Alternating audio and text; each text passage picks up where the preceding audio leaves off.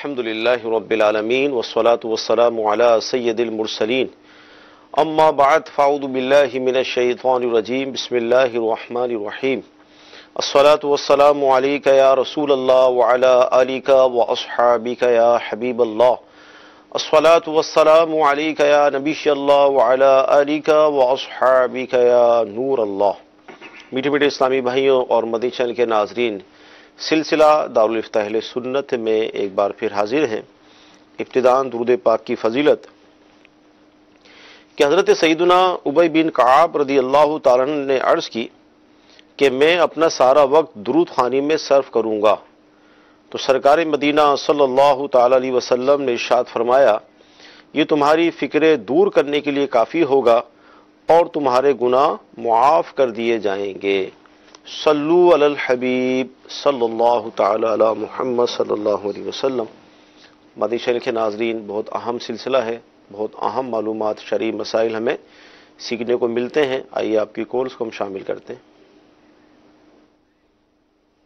میرا سوال یہ ہے کہ گھر میں جو گھریلو صدقہ باکس پڑے ہوتے ہیں، ان کے اندر جو رقم موجود ہوتی ہے، کیا یہ رقم دعوت اسلامی کے تحت جو مسجدیں تعمیر ہو رہی ہوتی ہیں، کیا ان میں دی جا سکتی ہے یا کسی اسلامی بھائی کو دیں؟ جی حضور کیا ارشاد فرمائیں گے اس رقم کے حوالے سے؟ الحمدللہ رب العالمین والصلاة والسلام علی سید المرسلین، اما بعد فاعوذ باللہ من الشیطان الرجیم، بسم اللہ الرحمن الرحیم۔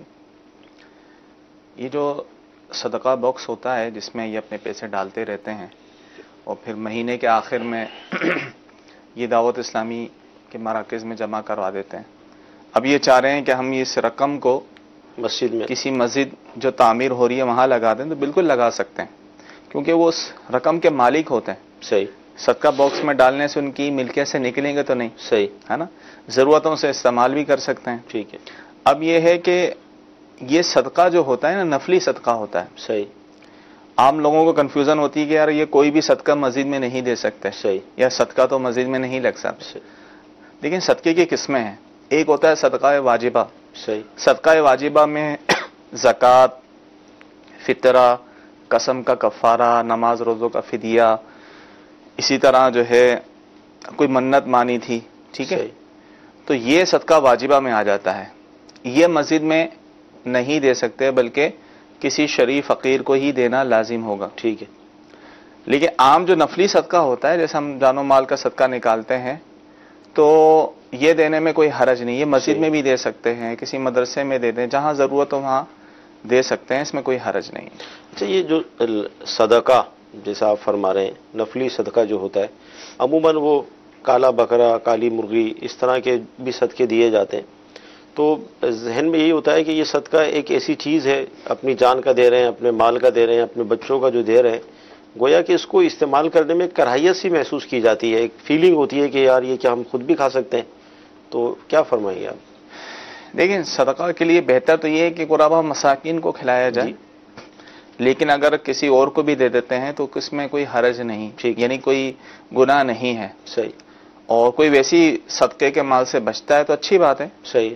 بولتا ہے یار مجھ پہ تو میں تو صاحب حیثیت ہوں، میں اس لیے نہیں کھاتا، تو اچھی بات ہے نہ کھائے، لیکن شرعی طور پہ دینا جائز ہے۔ صحیح۔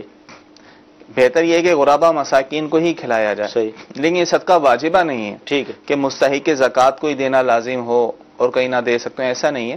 عام جو نفلی صدقہ ہے، لیکن صدقہ جو ہے وہ جانور کی صورت میں ہی ہونا ضروری نہیں ہے، صحیح، اور کالا ہونا بھی ضروری نہیں، کالا ہونا بھی ضروری نہیں ہے۔ صحیح۔ آپ خالص رقم بھی صدقے کے طور پہ دے سکتے ہیں۔ صحیح۔ گھر میں کوئی بچہ وغیرہ، کوئی عزیز بیمار ہے، اس کا صدقہ دینا چاہ رہے ہیں تو رقم کی صورت میں بھی دے سکتے ہیں۔ کہیں مسجد تعمیر ہو رہی ہے، اس نیت سے وہاں بھی لگا سکتے ہیں، تو یہ جائز ہے۔ مدنی چینل کے ناظرین، دعوت اسلامی اللہ تعالیٰ کی رحمت سے اس وقت دین متین کی خدمت کر رہی ہے اور 104 شعبہ جات ہیں، تو گھروں کے اندر گھریلو صدقہ باکس ایک ڈبہ ہوتا ہے، وہ رکھنے کی ترکیب بنائی گئی ہے تاکہ جب صبح اپنے گھر سے نکلیں ہم تو کچھ نہ کچھ اللہ کی راہ میں خیرات اور صدقہ کرنے کی نیت سے اس کے اندر ڈال دیں، اور پھر مہینے کے آخر میں اینڈ میں وہ دعوت اسلامی کے ذمہ داران کو مدنی مراکز میں، جامعۃ المدینہ میں، مدرسۃ المدینہ میں اس کو جمع کرا کر وہاں سے رسید حاصل کر لیں۔ یہ ایک آسان سی ایک ترکیب ہے کہ جس کے ذریعے بآسانی ہم دعوت اسلامی کو اپنے عطیات بھی پیش کر سکتے ہیں۔ تو جن کے گھروں میں اس طرح کے صدقہ باکس نہیں ہیں تو ان سے میری مدنی التجا ہے کہ قریبی آپ اپنے ذمہ داران سے رابطہ کر کے اپنے گھر میں اس کو رکھنے کی ترکیب بنائیے۔ انشاءاللہ سب وجل اس سے دعوت اسلامی کو مالی ایک مدد فائدہ پہنچے گا، اور انشاءاللہ اس بہانے آپ کے گھر سے ہر مہینے کچھ نہ کچھ صدقہ نکلتا رہے گا۔ جی مزید کال۔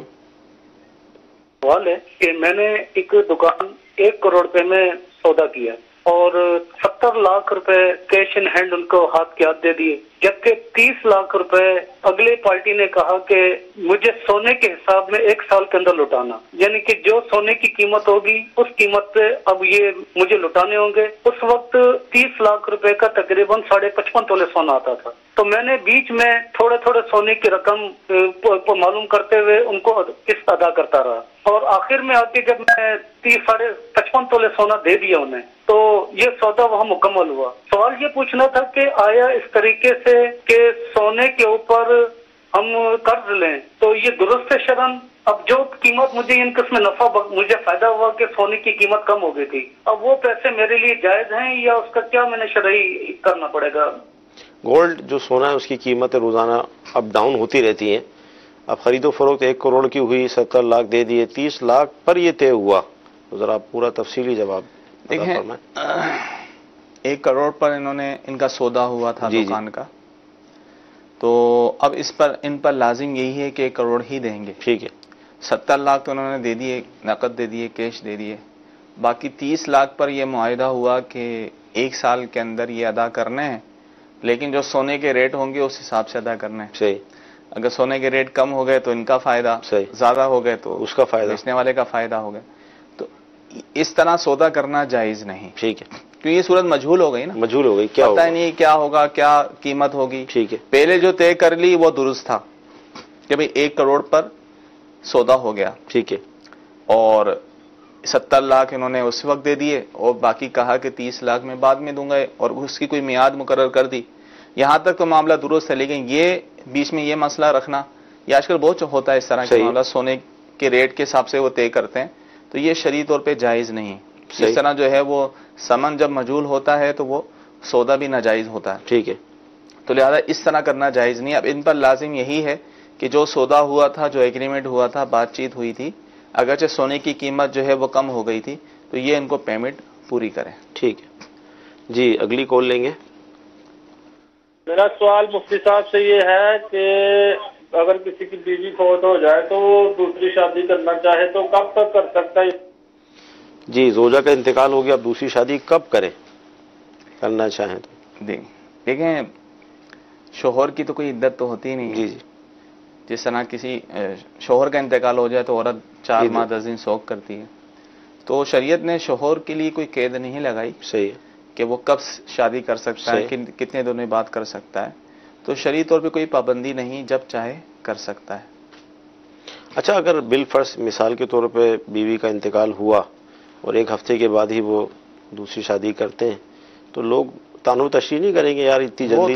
اب یہ تو لوگوں کی غلطی ہے، لوگوں کی غلطی ہے تانو تشریح کرنا، اور عمومی طور پہ اتنی غلطی کرتا بھی کوئی نہیں ہے۔ صحیح بات ہے، جو ہے وہ چیلم وغیرہ کچھ عرصہ گزر جاتا ہے تو پھر جا کر جو ہے وہ کرتے ہیں، تو ٹھیک ہے، وہ اگر لوگوں کی تانو تشریح سے بچنا چاہ رہا ہے اس وجہ سے یار جلدی کروں گا، لوگ اس کو مایوس سمجھیں گے، وہ لوگ ہی گناہگار ہوں گے، احتیاط کر لے تو اچھا ہے، تو احتیاط کر رہا ہے، کچھ لیٹ کر رہا ہے تو اس میں کوئی حرج نہیں، لیکن شرعی طور پہ کوئی پابندی نہیں۔ اچھا، ایس ایم ایس شامل کرتے ہیں۔ ایس ایم ایس یہ ہے کہ اگر سجدہ صحف کرنا ہم بھول گئے تو اب کیا کریں گے، جبکہ ہم پر لازم تھا کہ سجدہ صحف کریں ہم؟ جیسے نماز انہوں نے ختم کر لی، ٹھیک ہے، اور اس کے بعد منافی نماز جو فعل تھا وہ پایا گیا، پھر انہیں یاد آیا یار مجھ پر تو سجدہ صحف واجب تھا اور میں نے نہیں کیا، تو ایسی صورت میں نماز لٹانا واجب ہوگا، دوبارہ پڑھیں گے۔ اور اب یہ صرف سلام ہی پھیرا تھا انہوں نے دونوں طرف، جی جی، اور پھر یاد آ گیا یار میں نے تو سجدہ صحف کرنا، تو فوراً کر لے، صحیح، کیوں ابھی اس نے کوئی نماز کے منافی کوئی کسی سے کلام نہیں کیا، کوئی کھایا پی نہیں، اس طرح نہیں، تو وہ اسی وقت سجدہ کر لے، صحیح، 2 سجدے کر لے، اور پھر بیٹھ کے تحیات پوری پڑھ کے سلام پھیر لے، ٹھیک ہے۔ لیکن اگر ایسا نہیں ہوا بلکہ بعد میں جا کر یاد آیا تو ایسی صورت میں نماز کا لٹانا واجب ہوگا۔ ٹھیک ہے جی، اگلی کال لیں گے۔ صاحب نے سوال سر یہ ہے کہ میرے پاس اگر مسجد کے کچھ پیسے موجود ہیں تو مجھے یہ یقین ہے کہ یہ 2 ماہ بعد ان پیسوں کی ضرورت پڑے گی، تو اس دوران میں یا میرا کوئی دوسرا بھائی وہ پیسے اپنی ضرورت کے لیے استعمال کر سکتا ہے؟ کیا فرماتے ہیں؟ مسجد کے پیسے ہیں ابھی رکھے ہیں، بینکوں میں رکھے ہوئے بھی ہوتے ہیں بعض اوقات کمیٹیاں، تو اب کیا کریں؟ دیکھیں، مسجد کے پیسے جو ہوتے ہیں کسی کے پاس، جیسے مسجد کمیٹی کے کسی ممبر کے پاس ہوتے ہیں تو وہ امانت ہوتے ہیں. صحیح. مسجد کا پیسہ جو ہوتا ہے وہ وقف کے حکم میں ہوتا ہے. صحیح. تو یہ امانت ہوتے ہیں اور اس کو اپنی ذات کے لیے استعمال کرنا جائز نہیں. کریں گے تو خیانت ہوگی. صحیح. اور اس کا تاوان دینا ہوگا. تو لہذا اگرچہ ان کو یقین بھی ہو کہ فی الحال مسجد کو اس کی ضرورت نہیں ہے، آئندہ ضرورت ہوگی، تو پھر بھی یہ جن کے پاس رکھے ہوئے یا ان کا کوئی عزیز اس رقم کو ہرگز استعمال نہیں کر سکتا، یہ استعمال کرنا حرام ہوگا. ٹھیک ہے جی. اگلی کال. جو میں کرانے کی دکان پہ مدنی احتیاط باکس پڑا ہوا ہے، کیا اس میں صدقہ ڈال سکتے ہیں؟ کیا فرماتے ہیں؟ وہی سوال ہے. دیکھیں، مدنی احتیاط باکس میں جو ہوتا ہے صرف زکوٰۃ فطرہ وغیرہ وہ نہ ڈالا جائے. صحیح. باقی عام صدقہ جو ہے وہ ڈال سکتے ہیں. صحیح. اور جیسے دعوت اسلامی کو ویسی بھی نفلی صدقات دیتے ہی ہیں. صحیح. ہر نیک و جائز کام کے لیے، تو اس طرح یہ بھی جو ہے اس نیت سے جو ہے اگر وہ باکس میں ڈال دیں گے تو پھر بھی صدقہ ادا ہو جائے گا، دعوت اسلامی تک وہ پہنچ جاتا ہے. اچھا، ایک SMS بھی اسی طرح کا ہے کہ اگر صدقہ باکس کی رقم ہم نے گھر میں استعمال کر لی تو اس کا کفارہ کیا ہوگا؟ یعنی کفارہ کیا ادا کریں ہم اس کا؟ وہی کہ کنفیوژن ہے ان کو کہ دیکھیں، اگر تو ان کی اپنی ذاتی رقم تھی، ٹھیک ہے، اور اس میں انہوں نے صدقہ باکس خرید کے لے آئے، گھر میں رکھ دیا اور اپنے پیسے اس میں ڈالتے رہے، تو میں نے پہلے بھی عرض کی کہ آپ کے پیسے ڈالنے سے یہ رقم آپ کی ملکیت سے نہیں نکلی، آپ مالک ہیں، آپ اس کے مالک ہیں. ٹھیک ہے. کوئی ایمرجنسی آ گئی، کوئی ضرورت پڑ گئی تو آپ وہ اس باکس والی رقم کو خود اپنی ذات کے لیے بھی استعمال کر سکتے ہیں. شرعی طور پہ کوئی قباحت نہیں ہے، اس پر کوئی تاوان والی صورت بھی نہیں ہے. بہتر یہ ہے کہ ظاہر ہے جب نیت کر لیے تو آپ صدقہ ہی دے دیں، لیکن ضرورت پڑ گئی ہے، ایمرجنسی ہو جاتی ہے بعض اوقات یا کوئی ضرورت ہو جاتی ہے تو اس کو استعمال کر سکتے ہیں. اسی طرح کوئی اپنے مال کی زکوٰۃ نکال رہا ہے اور ابھی اس نے کسی کو دی نہیں ہے بلکہ علیحدہ کر کے رکھ دی ہے، صحیح، یار یہ میں زکوٰۃ میں دوں گا، صحیح، تو پھر بھی اس کے علیحدہ کرنے سے اول تو زکوٰۃ ہوئی نہیں ادا، اور علیحدہ کرنے سے اس کی ملکیت سے نکلی نہیں ہے، صحیح، بلکہ ضرورت ان سے خود بھی استعمال کر سکتا ہے. اسی ضرورت پڑ جائے بعد میں پھر اپنے پیسے ملا کر اس میں دے دے. مسئلہ جب آتا ہے کہ کسی اور کے پیسے اس میں شامل ہو، ٹھیک ہے، کسی اور نے ان کو دیے تھے پیسے صدقے کے لیے اور انہوں نے اپنی ذات کے لیے اس کو استعمال کر لیے، دعوت اسلامی کو بالفرض دینے کے لیے دیے تھے، انہوں نے اپنی ذات کے لیے بعد میں دے دوں گا، تو یہ ناجائز ہوگا. صحیح. اس کا پھر یہی کفارہ ہے کہ تاوان والی صورت، اتنی رقم جنہوں نے صدقہ دی ہے ان کو واپسی لوٹائیں یا ان کی اجازت سے وہ جہاں چاہیں دے دیں، لیکن اپنی ذاتی رقم تھی اور اس کو استعمال کر لی تو اس میں کوئی حرج نہیں، کوئی کفارہ یا کوئی تاوان نہیں ہوگا. جی اگلی کال لیں گے. گھر میں جو کمیٹیاں ہم ڈالتے ہیں وہ کیا جائز ہیں؟ کمیٹی BC جو گھروں میں ڈالی جاتی ہے، عام طور پہ جو کمیٹی ڈالی جاتی ہے تو یہ بالکل جائز ہے، اس میں کوئی حرج نہیں. ٹھیک ہے، کہ وہ ماہانہ جو بھی ان کی کمیٹی ڈالتے رہتے ہیں، پھر قرآن دازی ہوتی ہے، اس پہ کمیٹی کھلتی ہے، کمیٹی کھلنے کے بعد بھی مزید جو ہے وہ کمیٹی اپنی پوری کر رہے ہوتے ہیں، تو اس میں کوئی حرج نہیں. ٹھیک ہے. اس کے علاوہ جو کمیٹیاں نکلی ہیں، لکی کمیٹی یا دوسری تیسری بولی والی کمیٹی، تو یہ کمیٹیاں جائز نہیں ہیں. ٹھیک ہے. اچھا، یہ ارشاد فرمائے کہ 11ویں شریف کا روزہ جو ہم نے رکھا، جیسے آج روزہ تھا بعض اسلامی بھائیوں کا، اسلامی بہنوں کا اور بھی، تو یہ پوچھنا چاہ رہے ہیں کہ ہم نے روزہ تو رکھا لیکن ساتھ میں قضا رمضان کے روزے کی نیت کر لی، تو اب کیا ہوگا؟ تو یہ قضا کا ہی کہلائے گا. اچھا، یعنی انہوں نے دونوں ایک ساتھ تو نہیں ہو سکتا. صحیح. یعنی قضا کی بھی نیت کر لیں، ساتھ جو ہے وہ اس کی بھی فضیلت حاصل ہو، ایسا نہیں ہے. صحیح. بلکہ یہ قضا کا ہی روزہ کہلائے گا. ٹھیک ہے. مفتی صاحب سے گزارش ہے کہ تہجد کا طریقہ ارشاد فرما دیں. نماز تہجد کا کیا طریقہ ہے؟ دیکھیں، نماز تہجد رات کو عشاء کی نماز پڑھ کر سو گئے، اس کے بعد جب بھی آنکھ کھلے گی تہجد کا وقت شروع. صحیح. اور جب چاہیں پڑھ سکتے ہیں.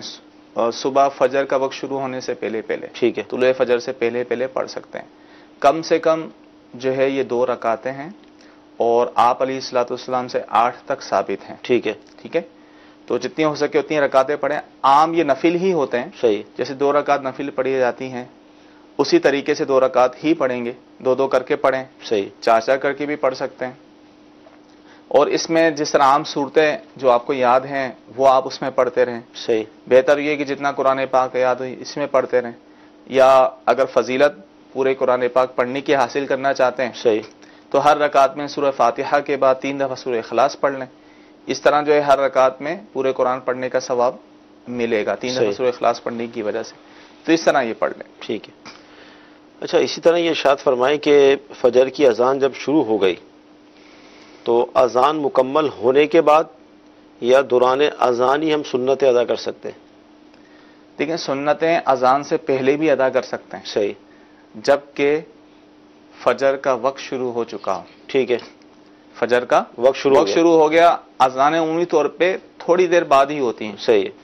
کچھ 5 کچھ 10 کچھ 15-20 منٹ کا وقت, کیونکہ ویسے بھی آج کل فجر کی نماز تاخیر سے ہی ہو رہی ہے. صحیح. تو اذان تھوڑی تاخیر سے ہی ہوتی ہے وقت شروع ہونے کے بعد. اول یہ ہے کہ فجر کا وقت شروع ہو گیا تو سنتیں پڑھ سکتے ہیں. اچھا دوران اذان بھی اگر پڑھ لیں سنتیں تو اس میں کوئی حرج تو نہیں ہے؟ ادا ہو جائیں گی. لیکن بالفعل اگر اذان پہلے شروع ہو چکی ہے صحیح تو بہتر یہی ہے, مستحب یہ کہ اذان کا جواب دیں. ٹھیک ہے. پھر اس کے بعد سنتیں ادا کریں. ٹھیک ہے جی. کال لیں گے ہم. میں گوجرا سے محمد رمضان بول رہا ہوں. سوال یہ ہے کہ مدنی مذاکرے جب ختم ہوتا ہے تو درود پڑھتے ہیں, سلام پڑھتے ہیں, ہم لیٹے ہوتے ہیں, ہمارے لیے وہ کھڑا ہونا ضروری ہے یا ہم اٹھ کے بیٹھ کے سن سکتے ہیں؟ کیا فرماتے ہیں؟ دیکھیں صلاۃ والسلام کے لیے جو کھڑے ہوتے ہیں ایک اچھا طریقہ ہے, ادب ہے اس میں, لیکن کوئی لازمی نہیں ہے. لازم نہیں ہے کہ کھڑا ہونا. اب کوئی گھر میں بیٹھا مدنی مذاکرہ سن رہا ہے, اس میں صلاۃ والسلام ہو رہا ہے, اب وہ بیٹھا ہے آرام سے یا وہ لیٹا ہی ہے اور وہ سن رہا ہے, تو اس پر یہ لازم نہیں ہے کہ فوراً کھڑا ہو جائے. صحیح. ادب کی نیت سے, اچھی نیت سے کھڑا ہوگا ثواب ملے گا. صحیح. لیکن کوئی بیٹھا بیٹھا بھی سن لیتا ہے یا لیٹا لیٹا بھی سن لیتا ہے تو اس میں کوئی حرج نہیں, کوئی قباحت نہیں ہے. ٹھیک ہے جی. اگلی کال. میرا سوال یہ ہے کہ ہمارے محلے میں ایک بندہ رہتا ہے, اس کو کہتے ہیں کہ میرے گھٹنوں میں تکلیف ہے. وہ جب نماز کے لیے آتا ہے تو امام صاحب کے پیچھے کھڑا ہو جاتا ہے اور امامت کرتا ہے, اس کے بعد بیٹھ کے پھر نماز پڑھتا ہے, اور اس کے ہاتھ میں چھڑی ہوتی ہے, وہ چھڑی جو ہے اپنے سامنے رکھ دیتا ہے. وہ امام اور اس کے درمیان جو آتا ہے, کیا اس کا نماز ہو جاتا ہے؟ کیا فرماتے ہیں؟ بزرگ ہیں غالباً کوئی ضعیف ہیں, کہہ رہے ہیں کہ ان کے ہیں کوئی ہیں ان کے گھٹنوں میں درد ہے, امام کے پیچھے کھڑے ہوتے ہیں, چھڑی بھی ہاتھ میں ہوتی ہے تو آگے رکھ دیتے ہیں, تو اس میں کوئی حرج نہیں رکھنا. باقی یہ ہے کہ وہ کہہ رہے ہیں کہ پکیا نماز وہ بیٹھ کر ادا کرتے ہیں. دیکھیں اگر بیٹھ کر ادا کر رہے ہیں, اب وہ رکوع سجود کر سکتے ہیں یا نہیں کر سکتے. تو اس میں خلاصہ یہ ہے کہ جو شخص زمین پر سجدہ کرنے پر قادر ہے, اب گھٹنوں میں درد ہوتا ہے, بعضوں کا ایسا ہوتا ہے کہ گھٹنوں کو فولڈ نہیں کر سکتے, پاؤں کو فولڈ نہیں کر سکتے, اس لیے زمین پہ سجدہ کرنا ان کے لیے مشکل ہوتا ہے. صحیح. تو اس لیے جو ہے وہ بیٹھ کر نماز پڑھ لیں, تو اس میں کوئی حرج نہیں. کہ جو شخص زمین پر سجدہ کرنے پر جو ہے وہ قادر نہ ہو تو اب قیام بھی, کھڑا ہونا بھی اس پر فرض نہ رہا. صحیح. افضل یہ ہے کہ بیٹھ کر اشاروں سے جو ہے وہ نماز ادا کرے. لیکن وہ کھڑے ہو کر بھی کرتا ہے قیام اور رکوع اور پھر سجدے کے لیے اشارہ کرتا ہے تو یہ بھی درست ہے. صحیح ہے. اب جیسے ان کی حاجت, اور اگر بالفرض وہ زمین پر سجدہ کر سکتے ہیں, صحیح, زمین پر سجدہ کر سکتے ہیں, لیکن اس کے باوجود وہ اشارہ کرتے ہیں سجدے کے لیے, یعنی سجدہ کرنے میں ایسی تکلیف نہیں, صحیح, نہ مرض بڑھنے کا اندیشہ ہے, تو انہیں زمین پر ہی سجدہ کرنا ہوگا. ٹھیک ہے. بعض اوقات ایسے لوگ ہوتے ہیں کہ جو ہے سجدہ تو کر سکتے ہیں لیکن کھڑے ہو کے شروع کریں گے نماز, بقیہ رکعتوں کے لیے کھڑا ہونا ان کے لیے مشکل ہوگا, تو اس لیے وہ بقیہ رکعتیں بیٹھ کر پڑھ لیتے ہیں. تو یہ بھی درست ہے. صحیح. کہ اگر ان کے لیے واقعی ایسی تکلیف ہے کہ ناقابل برداشت, تو اس لیے بقیہ رکعتیں بیٹھ کر پڑھتے ہیں, تو اس میں کوئی حرج نہیں ہے. ٹھیک جی. اگلی کال لیں گے. ظہر کی جماعت کا ٹائم ہو جائے, امام صاحب آئیں اور جماعت کا ٹائم ہو جائے, وہ سنتیں ادا کرنے سے پہلے ہی جماعت کروا سکتے ہیں؟ جو پہلے سنتیں ہوتی ہیں کیا وہ بعد میں پڑھیں تو جماعت کروانے میں کوئی حرج ہے کہ نہیں؟ اب یہ اس میں یہ کہ ظاہر عوام دیکھ رہی ہے, امام صاحب کو چیک کر رہی ہے, تو اب امام صاحب نے سنتیں ہی نہیں پڑھی, ڈائریکٹ جماعت شروع ہو گئی. تو دیکھیں یہ سنتیں موقتہ ہیں. ٹھیک ہے. اور جو فرضوں سے پہلے 4 سنتیں پڑھی جاتی ہیں یہ موقتہ ہیں, ان کو پہلے ہی پڑھی جائیں گی, موقتہ ہیں. اگرچہ امام صاحب تھوڑا لیٹ ہو گئے, جماعت کا وقت 1-2 منٹ بھی باقی ہے, تو وہ سنتیں ہی جو ہے وہ ادا کریں. ٹھیک ہے. اگرچہ سنت ادا کی بغیر انہوں نے جماعت کرا لی تو نماز ہو جائے گی. ٹھیک ہے. ٹھیک ہے, نماز میں کوئی کراہت نہیں آئے گی, نماز ہو جائے گی. لیکن ان کے لیے کہا ان کو یہی جائے گا کہ وہ سنتیں جو ہے وہ پہلے ہی ادا کریں, فرضوں سے پہلے ہی سنت ادا کرنا, یہ سنت موقتہ ہے. اصل میں ہوتا یہ ہے کہ اب مثال کے 2 منٹ جماعت میں رہ گئے, آپ کو پتا ہے آج کل جس طرح کے حالات ہیں, اب لوگ جو باتیں بنانا شروع کر دیتے ہیں, یار یہ کوئی طریقہ ہے, 2 منٹ رہ گئے, امام صاحب نے 2 منٹ. یہ جب باتیں لوگ بنائیں گے امام صاحب کی عادت ہو. صحیح. کبھی کبھی ہوتا ہے تو ان کو پتا ہے یار انسان ہے, لیٹ ہو جاتے ہیں, تاخیر ہو جاتی ہے, تو وہ اگنور کر دیں گے. صحیح. ہاں امام صاحب اگر مسلسل اسی طرح کر رہے ہیں صحیح تو ظاہر ہے پھر عوام تو باتیں بنائے گی. تو یہاں پھر امام صاحب کو کہا جائے گا وہ احتیاط کریں. صحیح. کہ لوگ جو ہے پھر وہ متنفر ہوں گے, دور ہوں گے, تو یہ بھی شریعت کو پسند نہیں ہے. ان کا خیال رکھنا پڑے گا. جی اگلی کال لیں گے. مفتی صاحب سے میرا سوال یہ ہے کہ ہم نے 1 لاکھ روپے کسی کے پاس رکھوائے اور وہ ہمیں ہر مہینے 5,000 روپے پروفٹ دے رہا, کیا یہ پروفٹ ہمارے لیے جائز ہوگا یا نہیں؟ کیا فرماتے؟ 1 لاکھ رکھوائے ہیں, 5,000 مل رہے ہیں. اگر تو یہ طے کیا تھا کہ ٹھیک ہے 1 لاکھ روپے ہم آپ کو دے رہے ہیں, ماہانہ آپ مجھے 5,000 روپے دیتے رہنا, تو یہ تو بالکل سود والی صورت ہے. صحیح. اگرچہ وہ پیسے جو ہے وہ کاروبار میں لگا رہا ہے, کچھ بھی کر رہا ہے, تو ہوتا یہ کہ وہ پیسے اپنی جگہ کھڑے ہوئے ہوتے ہیں. صحیح. ماہانہ وہ نفع دیتا رہتا ہے, پھر جب ان کو ضرورت ہوتی ہے اپنے پیسے واپسی لے لیتے ہیں. آج کل یہ بہت ہو رہا ہے. صحیح. کہ چلتے ہوئے کام میں لوگ اس طرح شرکت کرتے ہیں. صحیح. پیسے دے دیتے ہیں کہ یار جو بھی نفع ہو دیتے رہنا, وہ بھی کاروبار میں لگاتا ہے, اپنے حساب سے دیتا رہتا ہے, اور پھر جب ضرورت پڑتی ہے واپسی لے لیتے ہیں. تو یہ صورت بالکل ناجائز و حرام, سود والی صورت ہے. شریعت نے جو ہے پارٹنرشپ کرنے کی, مداربت, شراکت کرنے کے اصول و قوانین بیان کیے ہیں. صحیح. کچھ شرائط ہیں اس کی. صحیح. اس طریقے سے اگر کیا جائے تو وہ پروفٹ جائز ہوتا ہے. صحیح. اگر وہ طریقہ اپنایا نہ جائے, عمومی طور پہ لوگوں کو معلومات نہیں ہوتی, بس وہ یا تو یہ سمجھتے ہیں بھائی نفع نقصان میں ہیں تو ٹھیک ہے. صحیح. نفع نقصان کے ساتھ ساتھ اور بھی بہت ساری صورتیں ہوتی ہیں. اب کسی کا ایک کا پیسہ ہو, ایک کی محنت ہو, صحیح, تو یہاں ٹھیک ہے نفع میں تو شریک ہو سکتے ہیں, وہ بھی نفع فکس نہیں کر سکتے, یہ 5,000 دوں گا 10,000, پرسنٹیج فیصد کے اعتبار سے فکس کرنا ہوگا. اور اس میں جو نقصان ہوگا سارا کا سارا انویسٹر کا نقصان ہوتا ہے. صحیح. لیکن ہمارے یہاں طے کہ یہ ہوتا ہے بھی نفع نقصان برابر, چاہے سامنے والے کے پیسے ہونا. اور بھی اس میں بہت شرائط ہیں, تو عمومی طور پہ ان شرائط پر لوگ پورا نہیں اترتے. صحیح. اس طرح جو ہے وہ نہ چاہتے ہوئے بھی سود میں پڑ جاتے ہیں اور گناہ گار ہوتے ہیں. صحیح. مدنی چینل کے ناظرین, جب بھی پارٹنرشپ کرنی ہو, شراکت کرنی ہو, مداربت کرنی ہو, کوئی بھی اس طرح مل جل کر کاروبار کرنا ہو, تو ابتداً مفتیان کرام سے رابطہ کیا جائے, شرعی رہنمائی لی جائے, اس کے بعد اس کام کو شروع کیا جائے تاکہ ناجائز صورتیں اس میں شامل نہ ہوں. ہاں, اسلامی بہن ایک SMS کے ذریعے پوچھنا یہ چاہ رہی ہیں کہ اگر کوئی شخص کسی کو یہ کہے کہ تمہارے ابو اللہ تعالیٰ کو اچھے لگتے تھے اس لیے ان کو اٹھا لیا, تو جملہ کیسا؟ دیکھیں اس طرح جملے نہیں کہنے چاہیے. صحیح. کیونکہ اچھے برے ہر انسان دنیا سے جاتے ہی ہیں, سب کا وقت مقرر ہے, سب کا وقت مقرر ہے, لوگ اپنے وقت پر ہی جاتے ہیں, تو اس طرح کے جملے نہیں کہنے چاہیے. اچھا, بعض اوقات یہ ہوتے ہیں کہ جو جلدی چلا جاتا ہے تو گویا کہ وہ اس کو نیک سمجھ کر کہ یار یہ اللہ کا نیک بندہ تھا جلدی اٹھا لیا, اس طرح کے جملے بھی بولتے ہیں لوگ. اب مثالیں دیکھیں, دنیا میں ماشاءاللہ ایک سے ایک نیک لوگ پڑے ہوئے ہیں. صحیح ہے نا, تو ان کی عمریں بھی طویل ہو جاتی ہیں. صحیح ہے نا. یہ اللہ تعالیٰ کی مشیت ہے. صحیح. ٹھیک ہے, اس میں اللہ تعالیٰ کی حکمتیں ہیں. ہمیں اللہ کی رضا پر راضی رہنا چاہیے. کسی کا دنیا میں رہنا ہی فائدہ مند ہوتا ہے. صحیح. کسی کا پہلے ہی چلے جانا جو ہے فائدہ مند ہوتا ہے. صحیح. ٹھیک ہے نا. تو یہ اللہ تعالیٰ کی حکمت ہے. ہم اپنی طرف سے یہ نہیں کہہ سکتے, ہمارے پہ کوئی شرعی دلیل نہیں ہے نا کہ یہ اس وجہ سے گیا کیونکہ اللہ تعالیٰ کو پسند تھا. تو اس طرح کے جملے نہیں کہنا چاہیے. صحیح بات. جی اگلی کال لیں گے. میرا نام عامر شہزاد ہے. میں یہ سوال پوچھنا چاہتا ہوں کہ عموماً جو گھروں میں ہم لوگ درود وغیرہ جو دلواتے ہیں عموماً جمعرات وغیرہ کے دن, تو کیا گھر میں اگر مرد موجود نہ ہو تو کیا عورت بھی یہ درود وغیرہ دلوا سکتی ہے؟ کیا فرماؤ؟ عورتیں بھی فاتحہ وغیرہ دلا سکتی ہیں, نظر و نیاز کر سکتی ہیں. اس کے لیے جو ہے وہ قاری صاحب کو بلانا یا امام صاحب کو بلانے کی بھی حاجت نہیں ہے. گھر میں اگر کوئی پڑھنے والے ہیں, چاہے وہ مرد ہوں یا عورتیں ہوں, صحیح, وہ اپنی جو بھی ان کو صورتیں یاد ہیں وہ پڑھ کے جو ہے وہ ثواب ان کو پہنچا دیں. صحیح. تو اس میں کوئی حرج نہیں ہے. اصل میں ایصال ثواب کے حوالے سے لوگ واقعی مفتی صاحب نے فرمایا کہ لوگ اس کو بہت زیادہ کوئی مشکل کام سمجھتے ہیں, حالانکہ یہ بڑا آسان کام ہے. لیکن ظاہر معلومات نہ ہونے کی وجہ سے وہ امام صاحب, مؤذن صاحب یا دعوت اسلامی کے مبلغین ان کو تلاش کیا جاتا ہے. تو فاتحہ کا طریقہ امیر اہل سنت کا ایک رسالہ ہے، اگر آپ اس کو حاصل کر لیں گے، اس کا مطالعہ کر لیں گے تو مزید آپ کو اس حوالے سے معلومات ہو جائے گی. بہت آسان طریقہ ہے. اچھا، اگر مفتی صاحب یہ ارشاد فرمائیں، بالفرض اگر قرآنی آیت بھی یاد نہ ہو اور آدمی صرف یہی کہہ دے کہ جو میں نے یہ تبرک بنایا اس کا جو بھی ثواب ہے یہ فلاں بزرگ کو پہنچے، تو یہ بھی پہنچا سکتے ہیں. یہ بھی سارے جو نماز پڑھتا ہے اسے کم الحمد شریف تو آئے گی. صحیح ہے. الحمدللہ سورہ فاتحہ تو پڑھ سکتا ہے، سورہ اخلاص پڑھ سکتا ہے. صحیح. یہی پڑھ لے، یہ بھی کافی ہے. صحیح. ایک دفعہ بھی پڑھ لے کافی ہے. صحیح. اور اسی کا ثواب پہنچا دے. جو کھانے پینے کا اہتمام کیا ہے اس کا بھی ثواب پہنچا دے، اس میں کوئی حرج نہیں ہے. ٹھیک ہے جی. اگلی کال. پانی کے سارے جانور حلال ہیں، اور سانپ کے بارے میں بتائیں، کیا سانپ بھی حلال ہے؟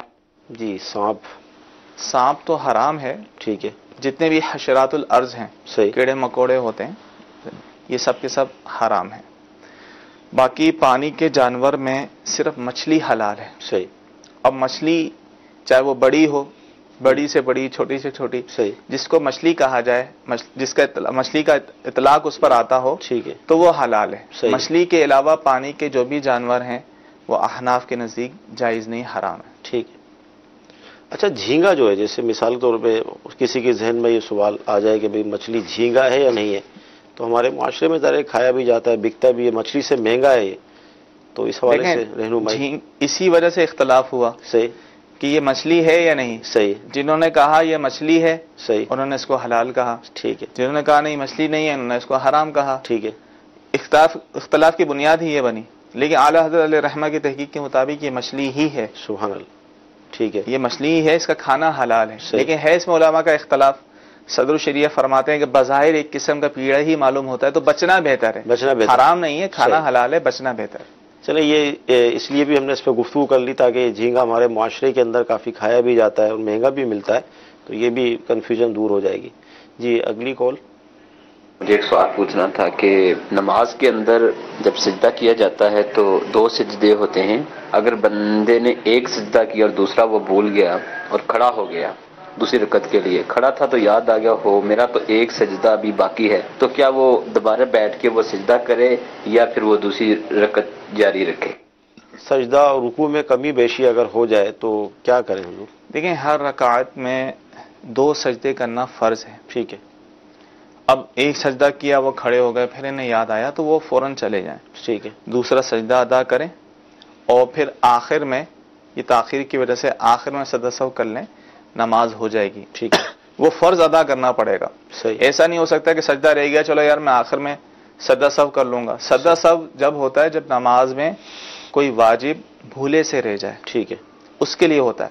فرض اگر رہ گیا تو وہ تو ادا کرنا ہی کرنا ہے. وہ ادا نہیں کریں گے چاہے جتنے سجدہ سہو کر لیں، نماز نہیں ہوگی. ہاں، وہ ادا کر لیا. اب ادا کرنے میں جو تاخیر ہوئی جس کی وجہ سے سجدہ سہو واجب ہوا، تو اس طرح سجدہ سہو کر لیں گے اور وہ فرض بھی ادا کر لیں گے تو نماز ہو جائے گی. ٹھیک. جی اگلی کال. میرا دارالفتہ اہل سنت میں سوال ہے کہ بیمہ کروانا کیسا ہے؟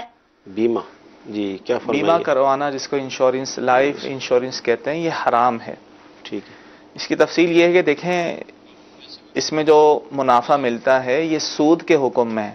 اگرچہ بیمہ والے یہ کہتے ہیں کہ ہم اس کو جو ہے کسی جگہ لگاتے ہیں، ہم کوئی مکان، کوئی چیز کرائے میں خرید لیتے ہیں، اس میں پارٹنرشپ کرتے ہیں وغیرہ وغیرہ، لیکن شرعی اصولوں کے مطابق وہ پورا نہیں اترتے. تو لہذا ہمارے جو پیسے ان کے پاس جمع ہیں وہ قرض ہیں. صحیح. اور اس پر وہ جو نفع دیں گے وہ سود ہے. صحیح. حدیث پاک کے مطابق اس قرض پر جس طرح نفع حاصل ہوتا ہے وہ سود ہوتا ہے.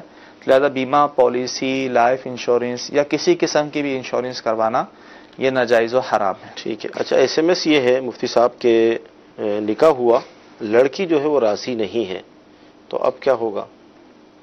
لیکن جب تک لڑکی راضی نہیں ہوگی تو نکاح نہیں ہوگا. لیکن دلی طور پر راضی نہیں تھی لیکن اس نے حامی بھر لی، قبول کر لیا تو نکاح ہو جائے گا. صحیح. اچھا، حق مہر جو ہوتا ہے تو کیا اس پر بھی زکوٰۃ واجب ہوتی ہے؟ جی. حق مہر جو ہوتا ہے، جو لڑکی کو دے دیا گیا، اس نے اس کو سنبھال کے رکھا، تو کیا اس پر زکوٰۃ؟ دیکھیں، اگر حق مہر کی مقدار اتنی ہے، صحیح، 52.5 تولہ چاندی کے برابر، صحیح، ٹھیک ہے نا، اور فی زمانہ ہمارے یہاں تقریباً جو ہے وہ پچھلے دنوں دیکھا تو 810 روپے تولہ چاندی چل رہا ہے پاکستان میں. تو اس حساب سے 52.5 تولہ چاندی جتنا بنتا ہے 40,000 کے اندر 40-42 بنتی تقریباً ہے کم و بیش. تو اتنا اگر کسی کے پاس ہے اور اس پر سال گزر جائے, ضرورت سے زیادہ اتنا ہے, تو اس صورت میں ہوگا. صحیح. اب کسی کا مہر تھا ہی کم, صحیح, 5-10 ہزار روپے تھا, 20,000 روپے تھا, اس سے شور نے دے بھی دیا, اس نے سنبھال کے رکھا, اور اس کے علاوہ کچھ نہیں, زیور وغیرہ نہ ہو. اگر زیور ہے تو زیور کے ساتھ ملا کر اگر وہی اگر 52.5 تولہ چاندی کے برابر ہو جاتا ہے, ٹھیک ہے, اور اس پر سال گزر جاتا ہے, تو اس صورت میں زکوٰۃ ہوگی. ٹھیک ہے جی. اگلی کال. امام صاحب رکوع میں چلے جائیں, نماز نیتنے کے بعد ہاتھ باندھنا ضروری ہے کہ نماز نیت کے سیدھا رکوع میں چلے جائیں؟ اچھا, یہ ہوتا ہے کہ جب امام صاحب رکوع میں ہوتے ہیں, جو مقتدی پیچھے سے آ رہے ہوتے ہیں, تو دیکھا یہ گیا کہ وہ نیت بھی کرتے ہیں, پھر ہاتھ بھی باندھتے ہیں, تو پھر رکوع میں جاتے ہیں. اتنی دیر میں امام صاحب رکوع سے اڑ جاتے ہیں, تو ایسا آسان طریقہ پتہ چل جائے کہ بھئی رکعت ہمیں مل جائے امام کے ساتھ. دیکھیں, اگر تو شامل ہونے والا یہ جانتا ہے کہ میں تکبیر تحریمہ کہنے کے بعد ثنا بھی پڑھ لوں گا, ٹھیک ہے, اور ثنا پڑھ کے میں رکوع میں شامل ہو جاؤں گا, تو اس صورت میں وہ ہاتھ باندھے. ٹھیک ہے, ثنا بھی پڑھے, کیونکہ ہاتھ وہاں باندھے جاتے ہیں جہاں کچھ پڑھنا ہوتا ہے. ٹھیک ہے نا. اب اللہ اکبر کہتے ہوئے ہاتھ باندھیں, ثنا پڑھیں, صحیح, اور پھر اللہ اکبر کہتے ہوئے رکوع میں جائیں. صحیح. یہ تو جب ہے جب پتہ ہو کہ میں پڑھ لوں گا. بعض امام ہوتے ہیں جو تاخیر سے جو ہے وہ جیسے قوما اور یہ رکوع سجود میں تاخیر کرتے ہیں, تسبیح زیادہ پڑھتے ہیں, تو ہر ایک کو اندازہ ہوتا ہے اپنے امام کے بارے میں نا.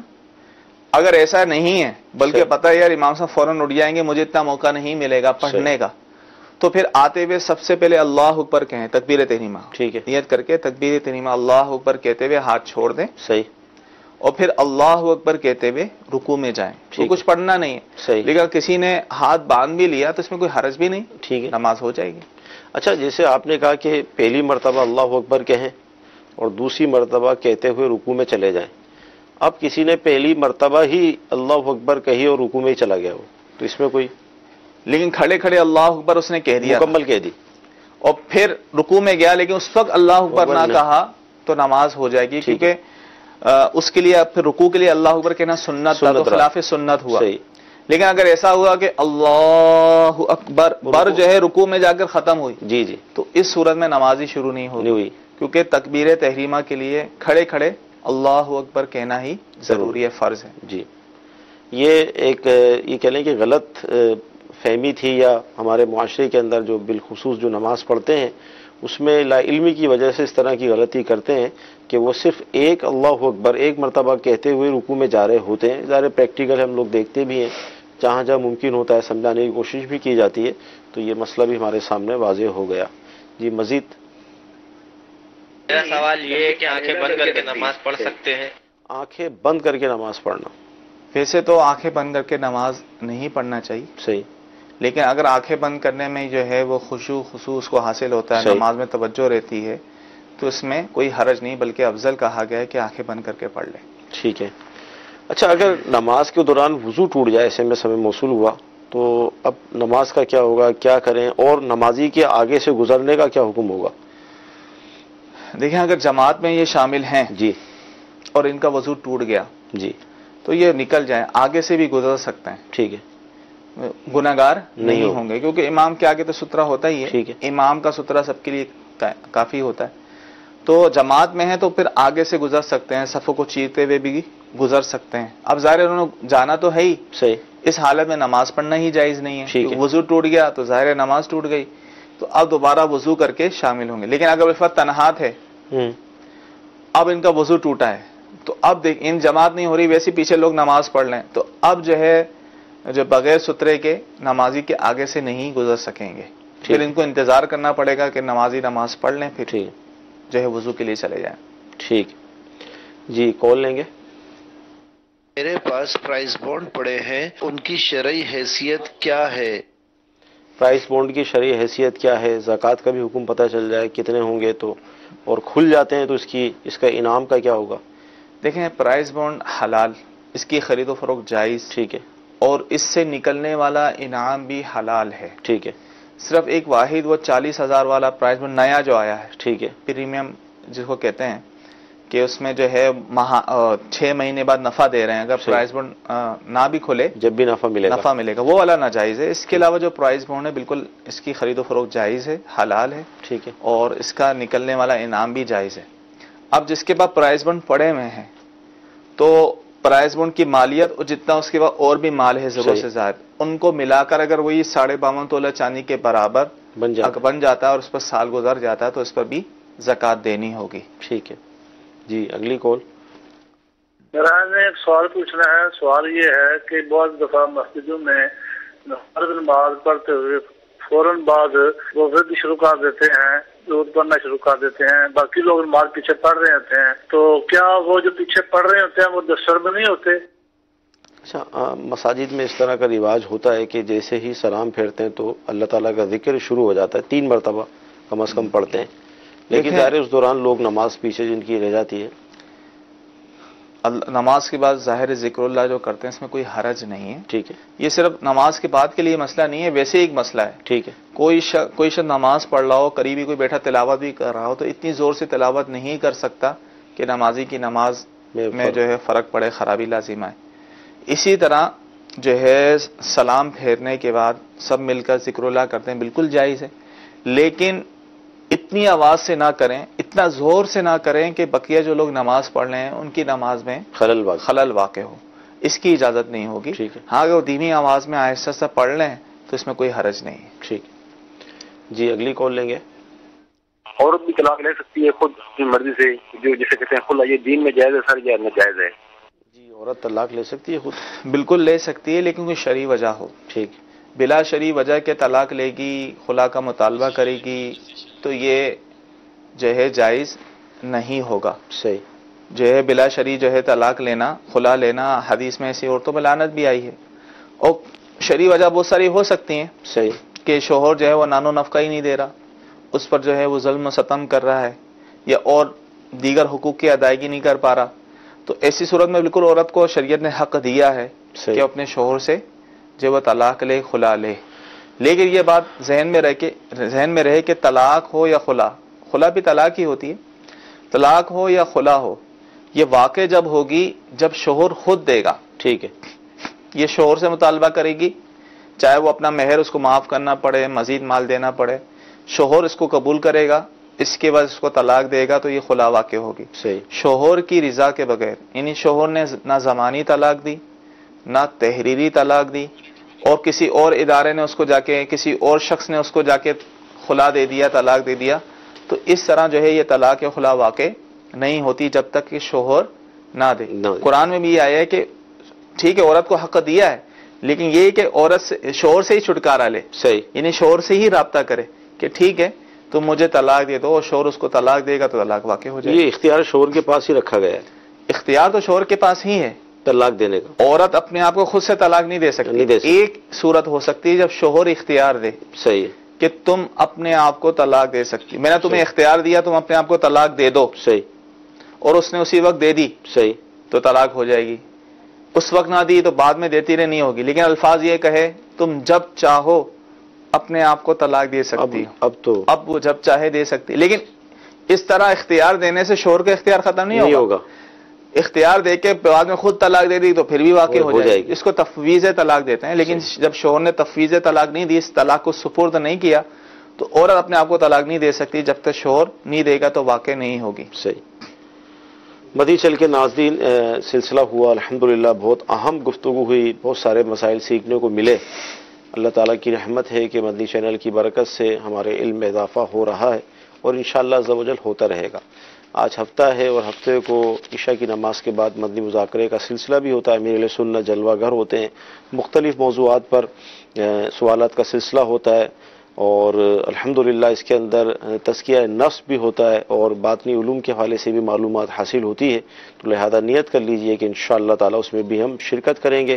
اللہ تعالیٰ کی بارگاہ میں دعا کرتے ہیں کہ اللہ تعالیٰ آج کا ہمارا سلسلہ اپنی بارگاہ میں قبول فرمائے، جو ہم نے سنا ہے، جو سیکھا ہے، اس پر عمل کرنے کی توفیق عطا فرمائے، آمین۔ صلو علی الحبیب صلی اللہ تعالی علی محمد۔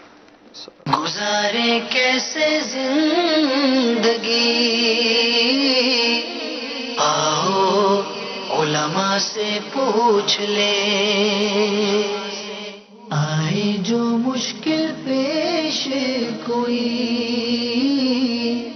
آؤ علماء سے پوچھ لیں